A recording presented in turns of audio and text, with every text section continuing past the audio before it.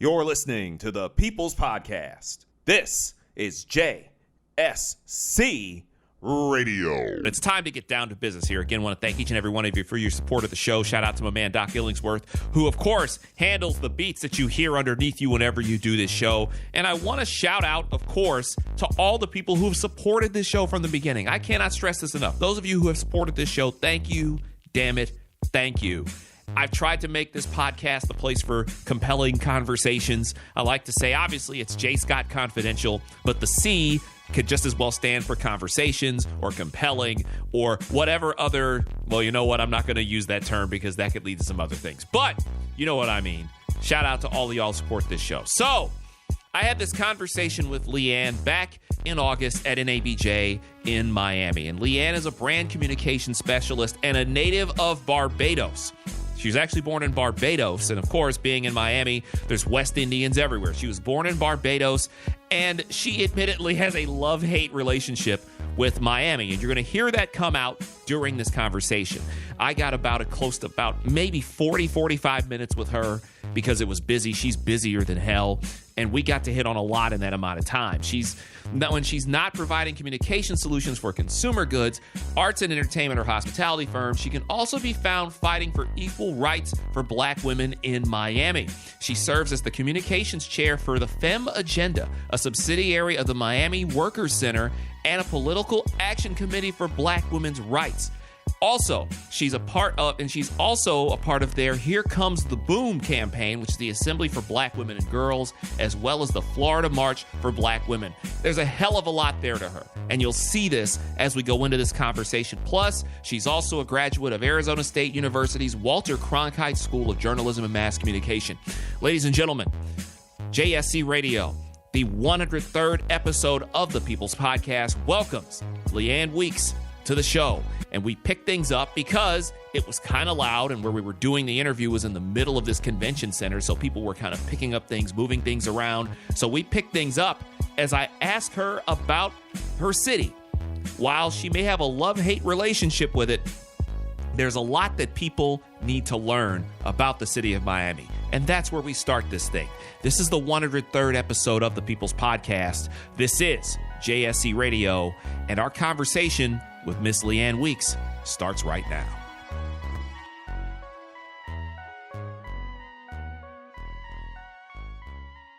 So when I often hear of up-and-coming cities, especially up-and-coming cities for us, one of the main places I hear Atlanta. I hear Atlanta. You hear New York. You hear Washington, D.C. What is it about Miami that people are missing, or people are starting to see now? Because just in the week I've been here with the culture, it's very diverse. Like, I thought being in the Northeast was diverse, and I get down here and there's different languages being spoken. There's different type of everything from the food to you can feel it, the energy down here.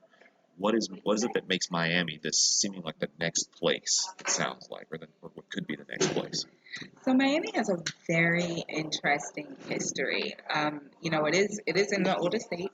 It's one of the oldest cities, and some of the oldest Black cities exist in the state of Florida and in Miami in particular.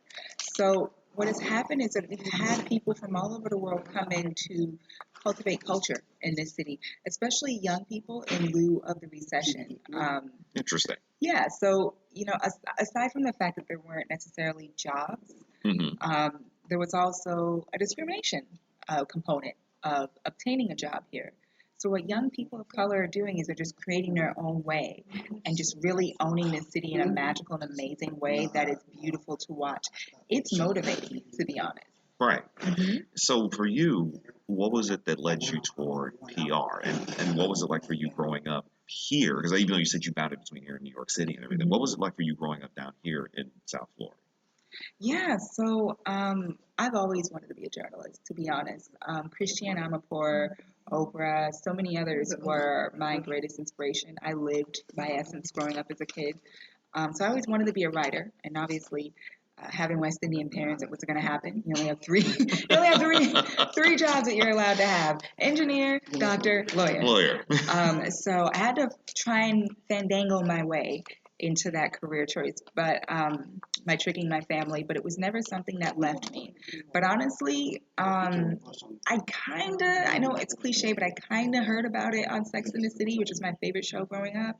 And then I went looking through a book and I realized, oh crap, I can write and do something I'm naturally good at, which is running businesses. Exactly. So I figured, okay, PR is for me.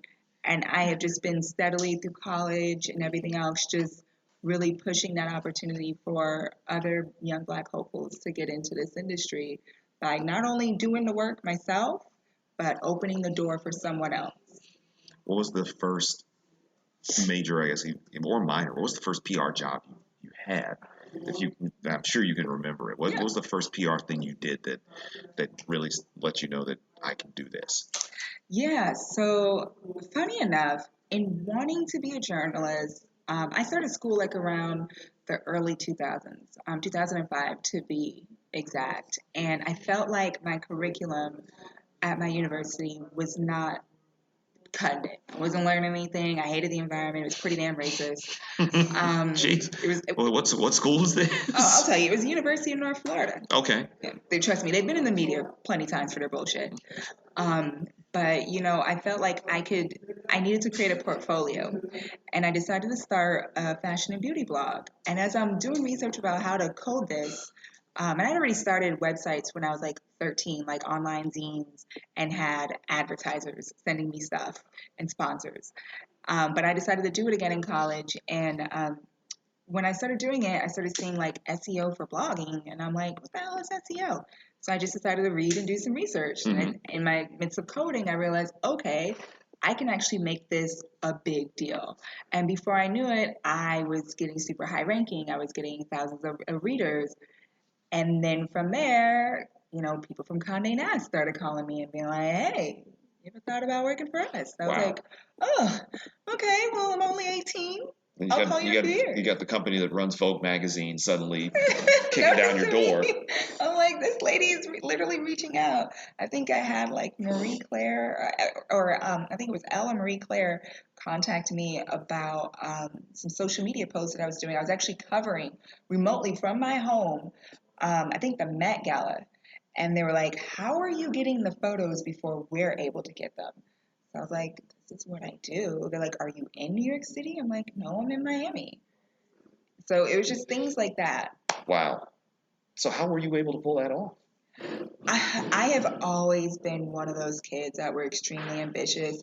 Don't tell me I can't do something. And conveniently, in the midst of being a really good writer, I happen to be great at tech as well. Like, for some strange reason, me and tech go hand in hand. Maybe it's the West Indian in me. But I just started reading and realized, oh, this makes perfect sense. If I put in these keywords and mix them up a certain way, not only in the back end of the website, but in the actual text, I can actually make this a big deal. What first got you interested in tech? I was obsessed with magazines, and I used to read Inc. and those type of publications and realized that tech was the wave for media way back in the 90s. Like, basically when the internet opened up to the public, I realized this is going to be the new wave of media. So, I mean, my first online zine was actually coded through Homestead. I just wanted to figure out how to build frames on a website. Wow. At like age 13, I was bored. You were bored? I was bored. And just said, all right, I'm just going to start building. Just building websites. Like the hell with it. We're just going to start building websites. Just build them for fun. Just for fun. I hear this. It's like I've heard the stories of West Indian parents being able to build cars out of just random spare parts. You're building websites just for shits and giggles. All right, we can do this. Yeah. So you found yourself in this PR tech space. Mm-hmm. You're clearly finding a niche. You started off in fashion, but you can deal with so many different things. I do. What is it like for you as a young Black woman entering this space? Ooh, that's the challenge. We can start first from when you came in to how it's gone since then. So it has definitely been a struggle, and I think one of the biggest problems is that it is Miami. The media landscape, tech, or public relations landscape is extremely hard for journalists, but even harder for us as the professionals because, Black people are amazing at creating content. Honestly, social media would not exist if it was not for us. There would have been no message boards, which led to blogs, which led to Twitter and all these other sites. However, even with that ingenuity, there's still, when you get into these firms, and it's impossible to get into them because you have to have the money to intern, and most of us don't have that kind of, disposable income to just take off a year and work for free as students. But even when you do get that opportunity, you're scrutinized at a level that, I'm just going to be brutally honest, mediocre white girls are not scrutinized. There have been multiple times where, I'll even say this, there have been times where government officials have sent me, like this city's government officials have sent documents to my clients that are like press releases, and I'm reviewing them, and I'm like, I need to speak to HR immediately because this is some bullshit. You were not planning on saying, and I will literally email you back and cuss you out and be like, I need to know who hired you. Wow. Because this is racist. How bad? And when we're talking about bad, like how bad is it? I mean, I'm still operating off of a 2005, 2007 AP style book. And if you don't even know the basics of that, and there's been so many changes, I know your ass don't know anything about PR or journalism. I know you couldn't possibly. I've told my students time and time again, I teach a class at Lincoln University.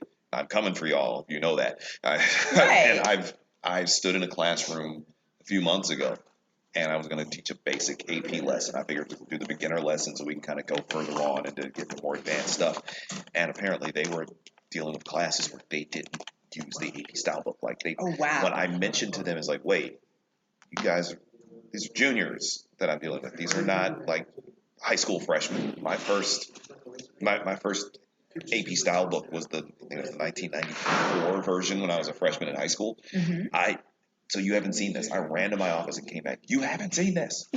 You don't know what this is. Like, no, it's wild. But it's like hearing that now, I'm just like, okay, so at least I know it's not just my students who at least have some semblance of a reasoning or an excuse. These are people who are governing a major U.S. city that have people working in their press offices that don't know shit basics. Shinola about what they're doing. The basics. They don't know the basics. But you see, that is where, the thing is that with PR, it's mostly a white, it's mostly a Jewish, it's mostly a female industry. And these girls who work here, even as the interns, they've got relationships that stem all the way back to birth. Like, their best friend from childhood is working for one of the major magazines, and she has connections to the big fashion PR firm or a big PR firm, and she's making the recommendations for her. As Black marketers, as Black social media managers, public relations, advertising people, we don't have those type of established connections. We're literally just one in an office a lot of times. So we can't even pull somebody else up despite their talent. Even if we can recite the style book from A to Z, these agencies don't have to care, because as long as they can keep it white and homogenous, they're happy. That's all they just want to keep it old boys club, same way, always should be, just run it that way. And the last thing they certainly don't need a whole lot of Black men. They certainly don't need a whole lot of white women, and they really don't need women looking like you coming through the door. Exactly. Rattling every cage that's in front of them. Exactly. I mean, I'll even give you, and I know this has come up a lot of times about why Black content creators are not given the exact same opportunities. And is there a racism in there? There absolutely is. I can tell you. Oh, of course. Yeah. I know there are some influences that I'll put it this way. I've actually got fired for putting one of the top Black influencers, plus size influencers, who was the first one on a media list for a fashion PR company for a project that I was working on. They were offended that I put this woman on the media list. You got fired for this. I got fired for this. So how do you get fired for effectively doing your job? You put someone on a media list, and that was it. You're done. Yeah, so I mean, I knew she was a big deal. I know that she has had multiple major national talk show opportunities as a representative for the plus size community. She's a Black woman. She's a weight blogger. Without her, there would be none of the rest of the plus size influencers. And I had a personal connection with her, and I said, I'm going to put you on a list for this this lingerie company. To be honest, when I look at the product, no offense to her, no offense to her, but I didn't think a skinny mini with AA boobs are going to be wearing it. I knew this was a woman that she's on the go, she needs support. So she was the first person I thought of, and she responded back. It was like, I would absolutely help you out with this, Leanne. No charge. And send the samples over. And when I gave her the sample list, they looked at it and they said, when I gave my coworker the sample list, they looked at it and they said, who is this? Why is she on the list? What's going on? I don't understand. Then they got up, had a meeting, and had given me the cold shoulder after that. And a few days later, I just kind of snapped and was like, you know what? Keep it. And they were like, good, because we're going to let you go. And I'm like, you didn't have to. I quit on my own. Because I can see what's happening. Exactly. You knew what was coming. Oh, yeah. I could tell just by the scorn and the scrutiny. You could easily Google this woman and find out she's a big deal. But they were going to send the sample to a bunch of blonde white women who in no way even represent them. They were not looking anything like these PR girls, but they were the image that these PR girls wanted for themselves. And that's what they wanted on their media list, whether or not it made sense for the client or not. It's so strange hearing that. But then again, maybe it shouldn't be, because we have so much of that going on now. Right. Where regardless of the company, regardless of the industry, you have so much of that out there where they get so singular, like so narrow-minded into their just one focus that they're not even willing to look at other things. They're not willing to check out, like, maybe it could work better for these people. It's like you get zeroed in on a demographic, even if that demo doesn't work, because I've run into that a lot in radio too, where we're so hell-bent on, we got to have it on this demo. But this is not the one. Yeah, I get it. They don't pay the money, but they're also not our core listeners. Right. These people are. These people pay the money. It just makes sense. It's a battle. It's a battle. It's something that wow. And I'm a very data-driven PR person. I'm not one, I will use my gut instincts and what I've learned throughout the industry, but just like media changes, so should PR. So I look at the data and the stats, and I'm going to hit you with those before I ever make a decision. And based off what the direction they wanted to go, this product did not make sense for the audience that they wanted. It wasn't logical. What little skinny mini model girl is going to be walking around with a high support bra? She ain't got no breasts. Support what? Sis nipples? It's just being honest. But this is definitely for that type of woman who wants to look slim and great in her body and in her clothes, but also wants strong support. And that happens so very often where, I just lost an opportunity this week, and I think it was because I recommended a local Black influencer who is very strong at her game and has authentic audience, engaged audience. I see her all the time when I'm out, and this is for a local client, and they looked at me and was like, oh, she's cute. Is she beauty? And I'm like, well, no, she's lifestyle. She does food and hospitality and beauty and lifestyle. Mm-hmm. Yeah, we could think about it. No, bitch, it's not a we can think about it. It's yes or no. It's not even a yes or no. It's a, what's her email address? Can you call her or can you send this information over to so-and-so? Because if you looked at her social media, you would see the amount of engagement that she gets, and it would make sense for you to reach her for a local restaurant. But because you can't get past your own racism, you can't look at that influencer. So you can imagine, like, if it's hard for content creators, if it's hard for journalists to get into the room, it's even harder for us to get into the room and then push for you. And unfortunately, some of us just want to keep our jobs. They're not willing to take that risk. That's the most interesting thing about that, is that there's so much fear. Yeah. I get on journalism about that all the time, especially these days. We operate more out of fear of whatever, fear of being judged by people who won't read or listen to what we're putting out anyway, fear of the unknown BS about objectivity or whatever it is, and they fall back. Right. We don't go at this. We don't attack this with like any sort of real, just try something different, try something new. You see someone who fits this spot, screw it, just go for it, just do it.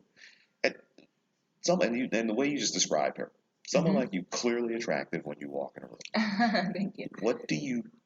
How often does that become an issue if you're dealing with maybe men in these agencies, or even some women who may see how you look and may just suddenly have their own idea of your ability to do your job or whatever else it might be? Yeah, so it is without a doubt a problem. I know what I look like. I know I'm not particularly darker. I know I'm not particularly with, extremely strong ethnocentric features. I do get people asking me ignorant questions, like even in business meetings. I've had someone ask me this while I'm in a hospital stay, like, which one of your parents is white? Oh. I don't feel like I could pass for that, but I've had people ask questions like that. So I think there's oftentimes, even with those, because I know we get complaints about, light-skinnedness in the industry, in all industries, and colorism. I think a lot of times there is that pressure of, do I fit the role of, going with the flow and the status quo just to get this opportunity, and maybe I'll be able to help another Black person out? Or maybe I'll be able to say something to HR if someone says something racist, or do I take a stand? Now, I'm well known in this city that I'm not that bitch to try. You will get your whole feelings hurt. I will have every national organization on your ass if you try me. And it does obviously hurt me, because as much as we're creating opportunities here, and there is more Black businesses growing. I will say that one thing about South Florida. We do have a lot of thriving Black communities, and more now young millennial business owners. But even though we are creating opportunities for ourselves, we still have to heavily rely on the generosity of Caucasians or whiteness and white privilege to make something shake for us. So a lot of times. Do I burn bridges? Yes. Do I give a fuck? No. It really doesn't matter to me. If anyone can tell you anything about me, they'll tell you Leanne literally doesn't give a damn what white people have to say when they're wrong, or any race has to say when they're wrong. She will stand up for what is always right. I wish we had more people like that, because then we could see changes in the newsroom, and we could see changes in the marketing room, and we wouldn't have these companies having to backtrack and say, probably wasn't a good idea to draw big lips on a Gucci, ski hat. A ski mask. Ski mask. It probably wasn't a good idea to do that. But unfortunately, a lot of us just want to keep our jobs. You have to be the kind of person down here to be able to say something. And I think because locally there are a lot of organizations, Black civil rights organizations that are stationed down here. People are a little bit more afraid to get away with a lot of the things that they were getting away with. But even in these PR rooms, there are blatant racism. Even upwards to this week, I heard someone say something. I was like, now good damn well that's an HR problem. I think a person had called in about a client event, and I think one of the girls was like, okay, Shaniqua. I was like, we won't be lasting here at this company. That's for sure. Boy. So, these like little microaggressions are where you have to make your choice about what you want. But I do hope that in the future, more, that this doesn't encourage Black women from, because most of the PR industry now is female. It used to be all male, but now it's mostly female. I hope that more Black women are opening up their own agencies, and then opening doors for other Black folks. What has been your biggest challenge, personally and professionally? Because I'm sure, aside from just from the bullshit you deal with on a daily basis between these different companies and everything else, what is it that you feel has been maybe your biggest challenge? Having my skill sets challenged, having people be able to say, okay, this girl really knows what she's doing, and then when I get in there, they're giving me a hard time in terms of making decisions. And I think where sometimes I challenge myself, or I struggle with myself, is having to speak up in rooms and not wanting to be overly assertive, which I know that's the continuing Black female conundrum, and then also being able to put your foot down and say, I didn't get this far not knowing what the hell I'm doing. And I'm certainly not going to answer to someone who can't figure out that you don't write email messages in a subject line. I don't really have to answer to someone who doesn't understand how email works in 2019. They don't understand the whole principle of you don't hit reply all on everything. Yeah, I don't really have to answer to you. I kind of don't. So, there's always that fine balance of bossing up and knowing when to listen and learn, or, kind of shrink yourself so you can get in those rooms, so then you could open up doors for other girls who are like you, and then open up opportunities for Black journalists to get the big stories, or to get the samples, or to try the new products. In order to get them in front of us, basically. Yes. Had you gone into journalism, what do you think you would have covered? Probably an attorney, but I would have still been writing any damn way.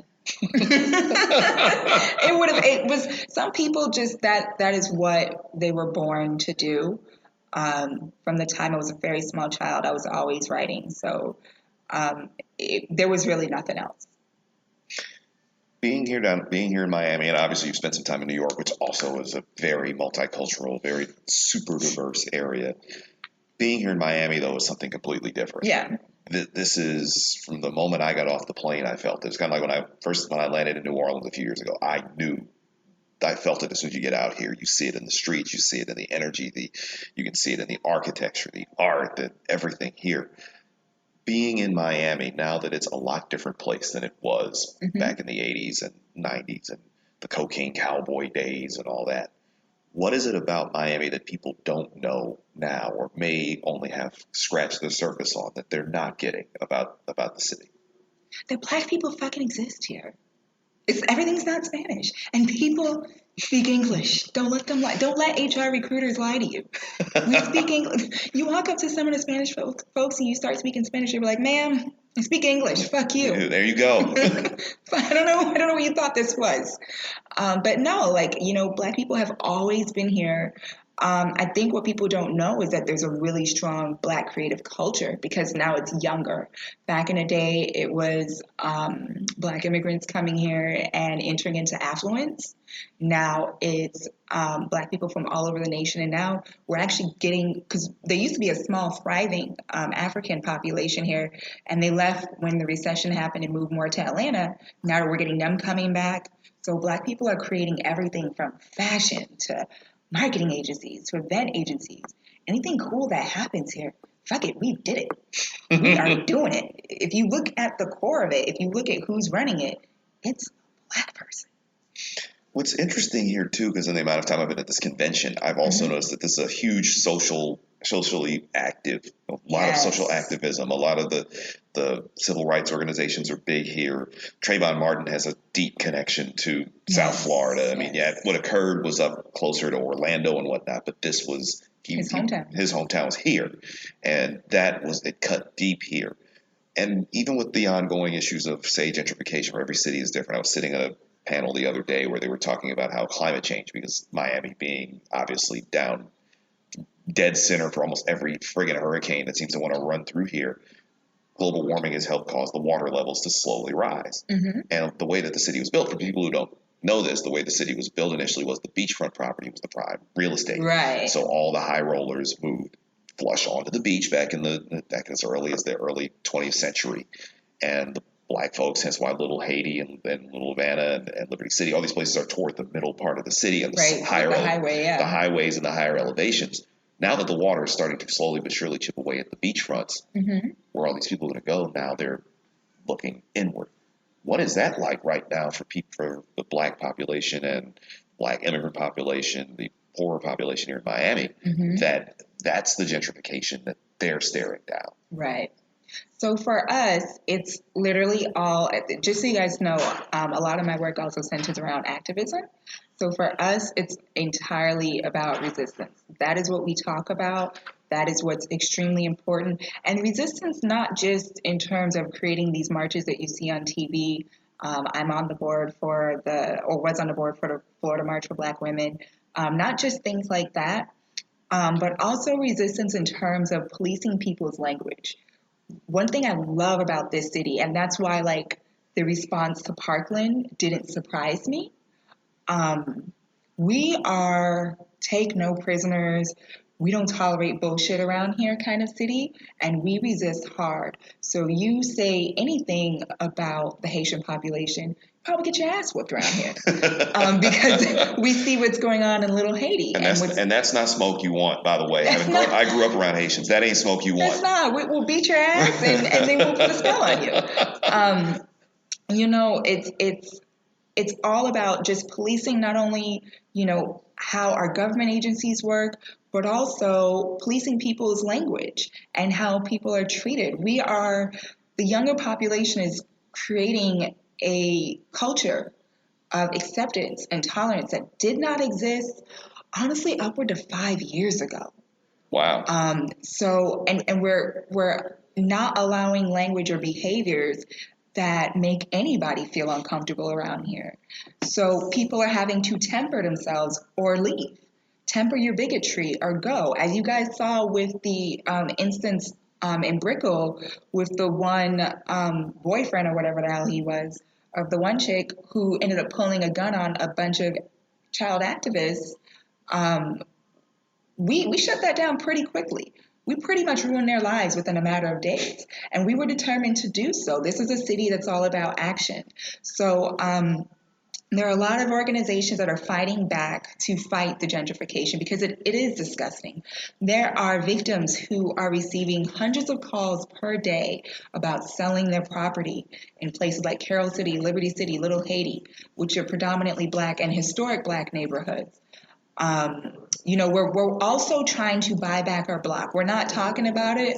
We've been about it for a very long time. That's why, like, we have some of the largest Afro-Caribbean communities in the entire nation, because these were neighborhoods that Black people were not allowed to be in. And we just said, oh, well, you'll just have to deal with it. We can deal with some white flight. And then we're also talking about looking inward within the community and seeing what issues we can fix. It's not always about, you know, blame the white man, but also what's going on within us? What do we need to heal? So we're providing, you know, mental health services, holistic services, opportunities for children to speak out and be creative about their trauma and healing within as well. We're doing it all down here. And I wish it would get more coverage. Y'all got to know what we're doing down here. Y'all got to come back here more often, journalists. Just clearly it's more than just the party. Oh, yeah. That we need to come down here for more than just, albeit the partying is very cool, but we need to come down here for more than that, because just talking to you and from some of the other people I've spoken with here in Miami, that is kind of a lost thing. Some of this is shit I had never heard. Yeah. Or I'm hearing only bits and pieces of. You only hear so much about, like, the Cuban community here, obviously, in Miami. You hear about the Puerto Rican community here in Miami, which is actually growing more and more because more Puerto Ricans are leaving the island to come back mainland, and they're being openly invited to come to Florida. But the Black population here is more than just two live crew. It's more than just the University of Miami football team. It's actually deep-seated. Right. And I don't think people fully get that. And that's the one thing about one of these conventions in one of these different cities. Last year was in Detroit. So I was the point person, apparently, for everybody who's just, you know a guy in Detroit and you ask me a bunch of questions, and I will tell you no bullshit about the city and where we are and how we're coming up. But people get down to a city like Miami and they just see the glitz, the glamour, the Dwayne Wade, all that. You don't see there's real shit here. And that is interesting that you pointed out that there's been a more aggressive buyback, because what was going on here sounds a whole lot like what happened in cities like Atlanta and parts of Chicago when they moved people out of the South Side. Detroit is always, I've said, is slightly different because Detroit's changes was largely because people just got up and left. Right. There was all the flight and nobody came in and replaced them for 30 years. So people are just coming in and picking up all this empty land, which is slightly different from everything else that's going on here. There's gentrification, but ours is it's slightly different. We're just getting repopulated. Right. But here in Miami, to hear that, and just the thought of getting harassed, where every day you're getting a phone call or two phone calls or emails, people knocking on your door, offering you money. I heard something about a woman got offered $500,000 for a home that was appraised at like 3 times the amount. Yeah. Trying to get into these neighborhoods and essentially take your shit. Well, they're taking it also by force. They're not even asking you. Oh, you're literally getting a notice on your door saying you've got such amount of time to vacate this property. It's been purchased.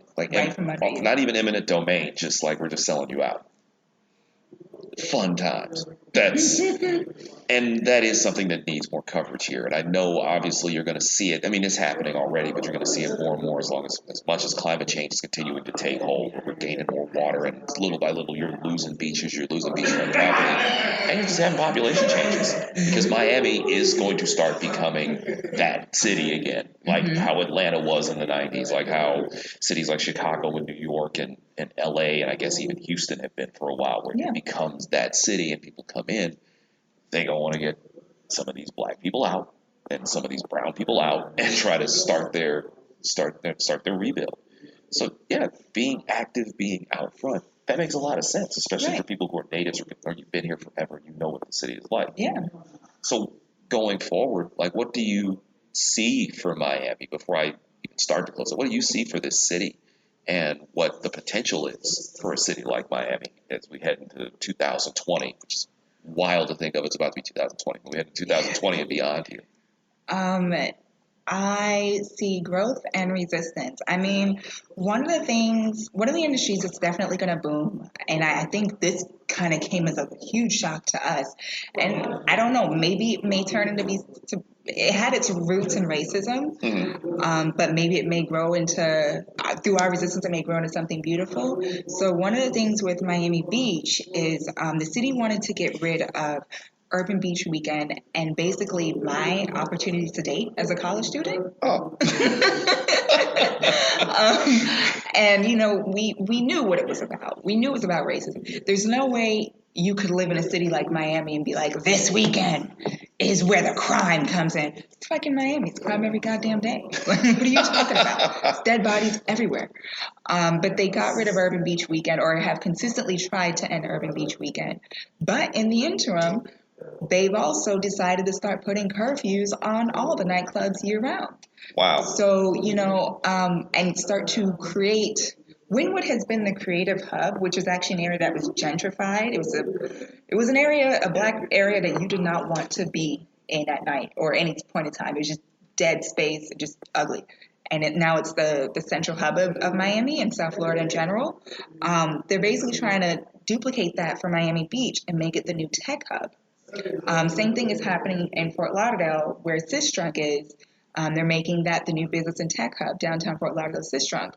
Unfortunately, these are predominantly black neighborhoods, so they are gentrifying them. However, like I said, we are people of resistance. So if you were coming down here, be prepared to resist and join the fight and create your own black businesses where you can employ other black people and fight economically that way. And then, we all just buy out the block, buy out the businesses. We become the new billionaires of Miami. What is your favorite thing about being here in South Florida? I used to really hate this area, okay. But I've learned my favorite, because it was just between, we all knew the discrimination in the workplace, and especially in these creative jobs, and the impact that it has nationally and locally on our media and our journalism. But my favorite thing about it now is the change, once again, through resistance. The amount of people who are entering these spaces, even just the amount of people who are coming out openly as Afro-Latino and being like, working in these HR departments and saying, no, you're not going to throw away this resume because her name is Shaniqua. I want to interview her. You're not going to just toss this. You're not going to toss this person out because their last name is Rodriguez or Suarez, but they don't look like, quote unquote, a Rodriguez or Suarez or Hernandez or something like that. Right. It's been plenty of times where people see my name and then they see me and they're like, oh, it's a black girl, and they kind of give me a hard time on the interviews. Now we've got HR directors who are like, I'm Afro-Latina, even if I don't look it, and I want to interview this person. I think she's great for this job. I want to bring her in here. I think this is a new wave of multiculturalism for the city where it feels inclusive and it feels beautiful, and everyone's loving each other and standing up for one another. And I love the direction that we're going. I want to see us continue this way for a very long time. And shout out to Dream Defenders and Philip Agnew for starting his headquarters of Dream Defenders here. Because I feel like that also changed a lot of things. Knowing that someone cared enough about this city to see what was going on and say, okay, we're going to make a difference. And it's worth the effort and time to come down here. For you, as we start to close this out, what is it that people, for one, also at the end of this, also telling how people can contact you and about your company and everything else. But what is it that what is like a lasting thing you want people to remember about South Florida, to know about South Florida the next time they come down here, either for a weekend or whatever, to enjoy themselves? What is it that you feel people should know about this area? Don't bring your ass down here speaking Spanish. Don't nobody speak that mess no more. It's gonna be a bunch of other languages around here. Don't be afraid to speak to the Black folks. We get so many stereotypes. I get so many stereotypes about being West Indian and, we don't talk to African Americans. It's not true. Come to any of our events any point in time. We might laugh at you if you can't whine, but we'll teach you by the time you're done. You sat here and talked to me for about the last 40 minutes. Clearly she doesn't have an issue dealing with me. You might have to help me out here. I'm almost 40. My whining days, it's a slow whine, not a quick one anymore. And you know what? A slow whine works. So we're going to teach you. We'll talk. We love meeting other people and getting new perspectives. And everyone from around here is from all over the world. And we want to meet new people. We want fresh faces. So that's the one thing. Don't be afraid to reach out and talk to us. We're here. We out here. Might as well. We'll help you. This city is mad multicultural, but it's also blacker than black, and I don't think people really get that until this week when they got down here. We realized just how black this city is. Very blackly black. It's super black. How can people reach you? Huh? How can people reach you? People may be able to reach me on Instagram at getit, so GETIT _LEELEE, getit_Lily. There you can see my wild and crazy life and all the shit I go through and all the fun I'm doing, and follow whatever events I'm going to. And if you see me on the street, say, hey girl, hey Lily, I'll say hi back. She's actually really nice. She ain't got no problem talking to nobody. No, I do not. Now, it's Leanne or Leandra. Which one do you prefer? My legal name is Leandra, but don't nobody go that far to make it to the drug. You can call me Lee. You can call me Leanne. You can call me Hey Lee. Leanne Weekes, thank you so much for doing this. Of course. And I am super stoked that I'm actually able to sit here and talk to you in person and do this. Because we've gone back and forth about this for a while to try to get this whole thing together, and damn it worked.